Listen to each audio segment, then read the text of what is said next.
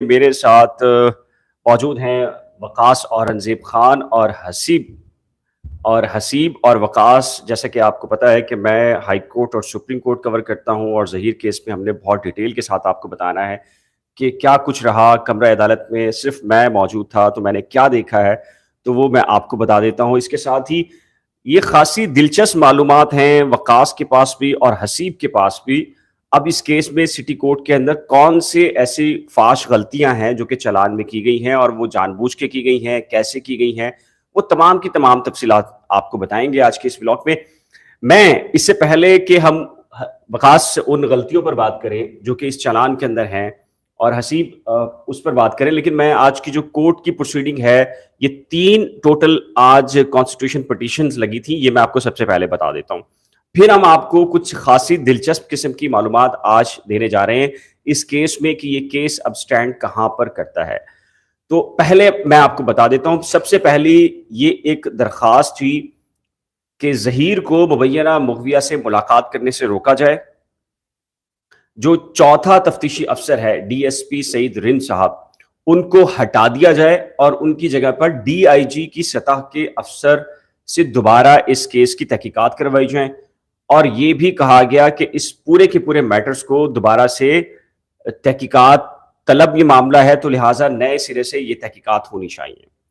اور اس کے ساتھ ہی یہ بھی کہا گیا کہ جی چونکہ اس سے پہلے جو تحقیقات ہوئی ہیں وہ بھی خراب ہے، اور چوتھا تفتیشی افسر جو سعید رند صاحب تھے وہ بھی انہوں نے جانبداری کا مظاہرہ کیا.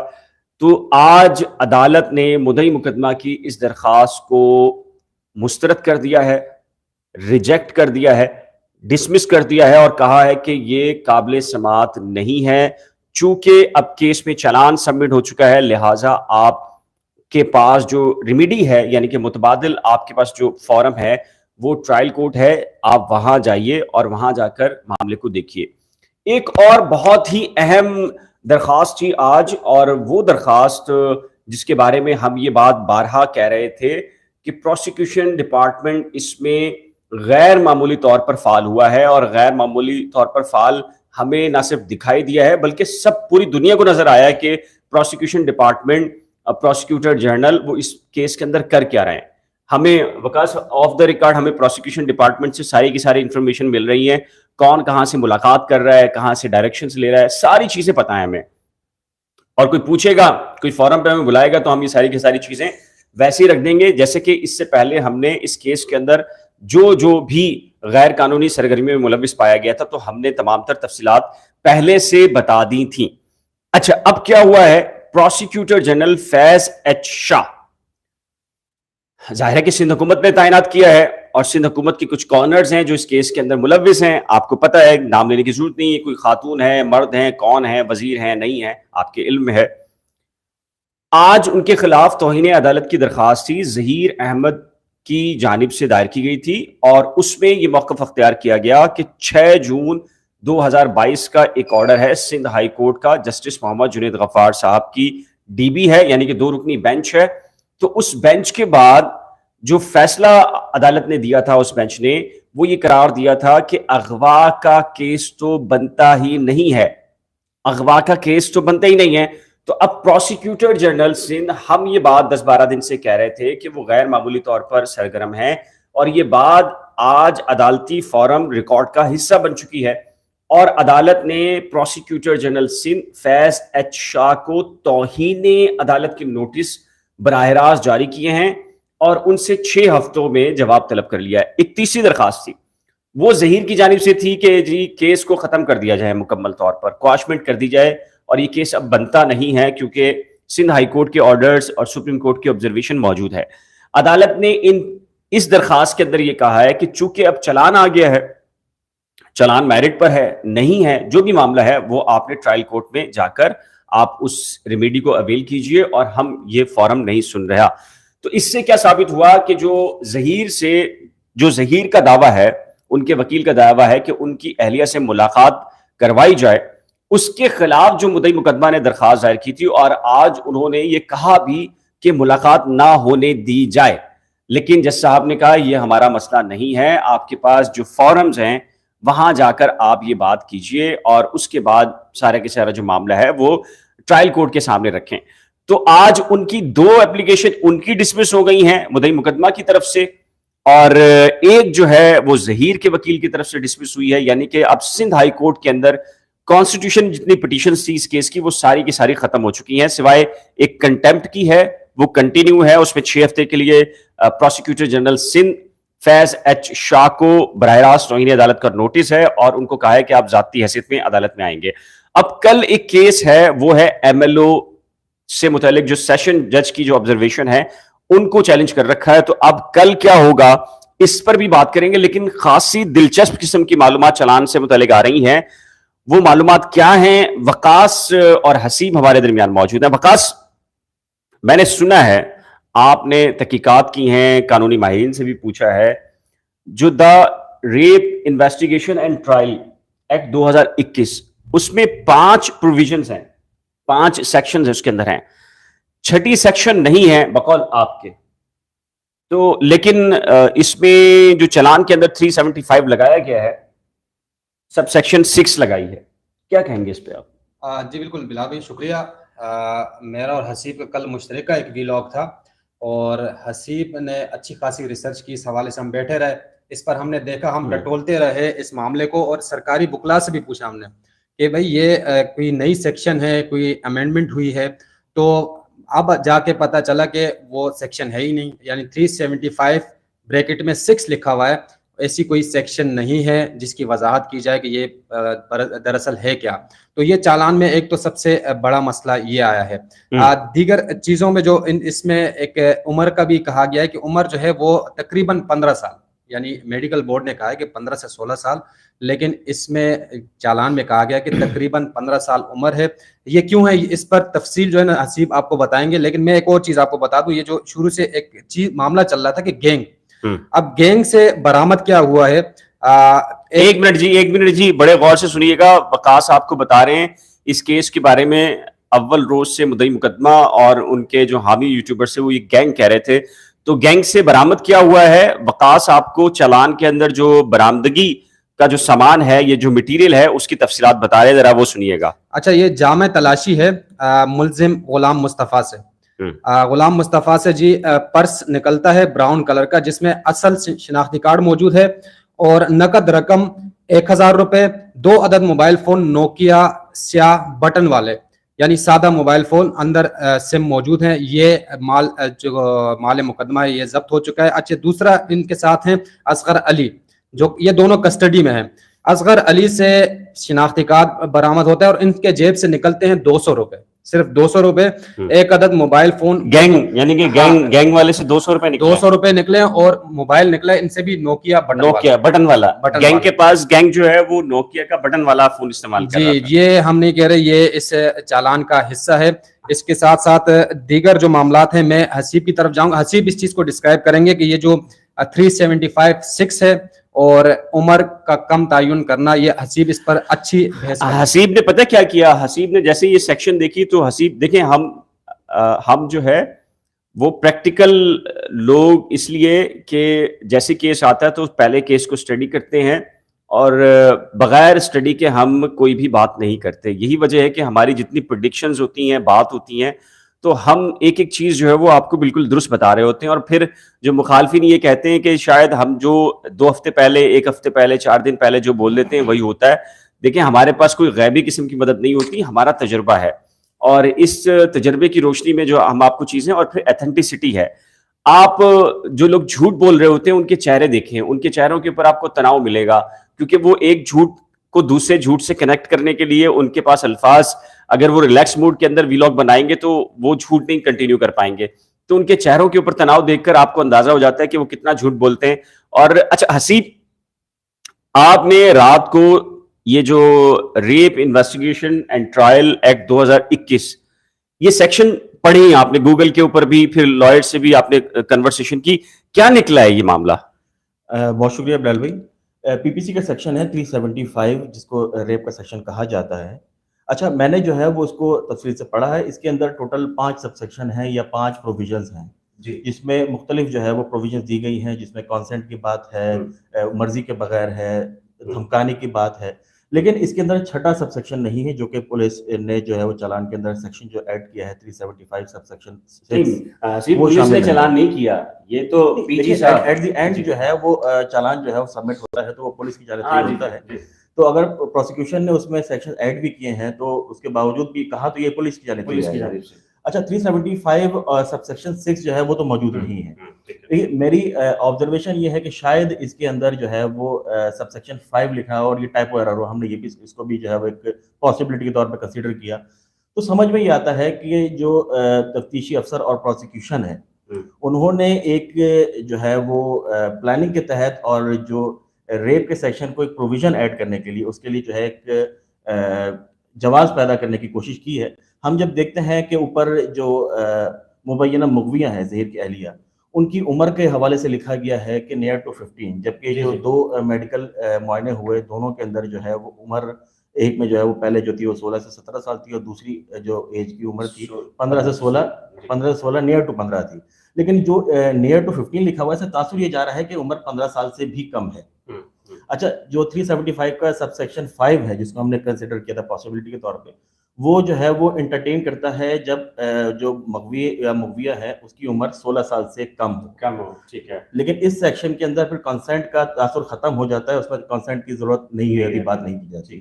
تو اپیرنٹلی یہی لگتا ہے کہ اس سیکشن کو کیونکہ ہم نے دیکھا کہ میڈیکل لیگل معائنہ تو نہیں ہے، بنیاد نہیں تھی جو کہ ضروری ہے، تو اس بنیاد کو فراہم کرنے کے لیے جو ہے وہ ایج میں بھی جو ہے وہ ٹیمپرنگ کی گئی اور اسی حوالے سے سیکشن میں بھی جو ہے وہ ٹائپو ایرر اگر نہیں ہے تو یہ پھر موسٹ پروبلی 375 کا سب سیکشن 5 ہوگا. اچھا حسیب یہ بھی تو بتائیں نا، آپ سنا ہے کہ کل بھی ایک اس نوعیت کا کیس آیا تھا، پھر یہ جو فیصلہ آباد کا کیس تھا اس میں بھی غالباً 376 جو ہے وہ لگائی گئی تھی سیکشن ریپ کی اور زنا کی، لیکن اس میں 50,000 کی ضمانت ہو گئی. اور کل پرسوں بھی یہ وکاس ایسا کوئی کیس آیا ہے جس کے اندر یہ سیکشن لگی ہوئی تھی لیکن میڈیکل رپورٹ نہیں تھی تو اس کے بعد وہ جو ہے معاملہ ختم ہو گیا تھا. وہ کیا کہانی ہے تھوڑا سا بتائیں. دیکھیں بلال بھائی، ہم تو یہاں کی اگر بات کریں کراچی کی بات کرتے ہیں، کہیں اور کی نہیں کرتے. کراچی میں ایسے مقدمات روزانہ کی بنیاد پہ آتے ہیں لیکن معاملہ یہ ہے کہ یا تو بیل ہو جاتی ہے اور سب سے مزے کی بات یہ ہے کہ ایسے معاملات جب بھی آتے ہیں تو کمپرومائزز ہو جاتے ہیں، ان کے معاملات حل ہو جاتے ہیں. لیکن یہ ظاہر ہے اس کو طول دیا جا رہا ہے اور یہ مزید بڑھتا جا رہا ہے اور بڑھتا چلا جائے گا. اب جیسے کہ آپ نے کہا کہ ہائی کورٹ کا معاملہ جو ہے وہ تقریباً درخواستیں جو ہیں وہ عدالت نے یا نپٹا دی یا ریجیکٹ کر دی. اب سٹی کورٹ میں معاملہ جائے گا اور کنسرن کورٹ یعنی جو مقدمہ ختم کرنے سے متعلق درخواست تھی وہ ظاہر کنسرن عدالت میں وہ دائر کی جائے گی. اب میری جو ناقص معلومات ہیں یا میرا تجربہ یہ کہہ رہا ہے. اچھا چالان کی طرف بلال بھائی اگر آئیں تو اس میں مزید یہ ہے کہ تقریباً 25 کے قریب ملزم جو ہیں ان کے نام ہٹا دیے گئے. اس وقت 10 نامینیٹڈ ملزم ہیں، 2 جیل میں ہیں نکاح خواں اور گواہ، 2 بیل پر ہیں شبیر اور ظہیر، اور اس کے ساتھ ساتھ باقی 6 جو ہیں وہ اس میں مفروض ظاہر کیے گئے ہیں. اچھا گواہوں کی فہرست جو ہے اس میں 25 گواہ ہیں، 25 میں سے 5 پرائیویٹ ہیں، ٹھیک ہے، اور باقی اس میں جو میڈیکل بورڈ بیٹھا تھا اس میں سے ڈاکٹرز بھی لیے گئے ہیں، پولیس حکام ہیں اور جو مجسٹریٹ جن کے سامنے بیان قلم بند کیا گیا تھا لاہور میں وہ بھی گواہوں کی فہرست میں شامل ہیں. اب دفعات اگر آپ دیکھیں تو ایک جو سندھ چائلڈ میرج ایکٹ جو ہے وہ اس میں لگایا گیا ہے، جبکہ نکاح یہاں پر نہیں ہوا، نکاح ہوا ہے پنجاب میں. یہ دفعہ ہوگی. باقی جو دفعات ہیں وہ کنیکٹ کریں گی جو مبینہ مغویہ ہیں ان کے بیان سے. اب بیان اگر وہ دیتی ہیں کہ میں اپنی مرضی سے نہیں کی تو پھر تو ٹھیک ہے، یہ سب دفعات باقی شادی کے علاوہ جو ہیں وہ تو لاگو ہو سکتے ہیں. لیکن باقی جو دفعات ہیں اگر ایک لڑکی خود کہہ رہی ہے مجھے اغوا ہی نہیں کیا گیا تو وہ ثابت کرنا بہت یعنی پروسیکیوشن کے لیے ایک چیلنج بن جائے گا اور ثابت کرنے میں مزید ان کو دشواریاں پیش آئیں گی. اور جو گواہوں کی فہرست اگر دیکھی جائے تو اس طرح یعنی وہ ٹھوس گواہ ہم نے اس فہرست میں نہیں دیکھا.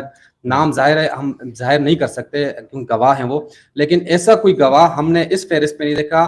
یا وہ لوگ جو کہ یوٹیوب پر بیٹھ کر یہ کہتے کہتے تھک گئے کہ ہمارے پاس ثبوت ہیں، ہم نے یہ ثابت کر دیا، ہم نے وہ ثابت کر، ان میں سے کسی کا نام گواہوں کی فہرست میں شامل نہیں ہے. ہاں حسیب یہ بہت امپورٹنٹ سوال ہے. بہت سارے لوگ یوٹیوب کے اوپر الحمدللہ ثم الحمدللہ ہم کامیاب ہو گئے، ہم نے جھوٹ کو بے نقاب، گینگ کو بے نقاب کر دیا، وہ مٹیریل لے کر آ گئے، وہ شواہد لے کر آ گئے، ساری چیزیں آ گئیں.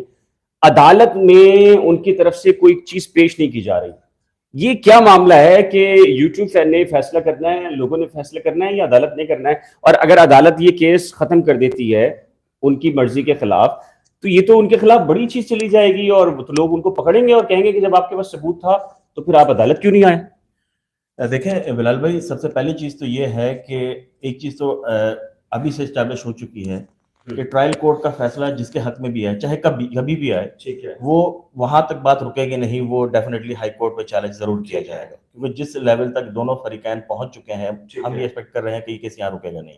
اچھا، دوسری چیز یہ ہے کہ جو ایک گینگ کا تاثر یوٹیوب کے اوپر ہم نے دیکھا کہ جو گینگ ہے اور لڑکیوں کو اغوا کرتے ہیں، بیچتے ہیں، ہم پہلے دن سے یہ کہہ رہے ہیں کہ جو گینگ سے متعلق نہ پولیس ڈاکیومنٹ میں کچھ ہے، نہ عدالت میں پیش کیے گئے ڈاکیومنٹس کے اندر کہیں گینگ کا ذکر نہیں ہے۔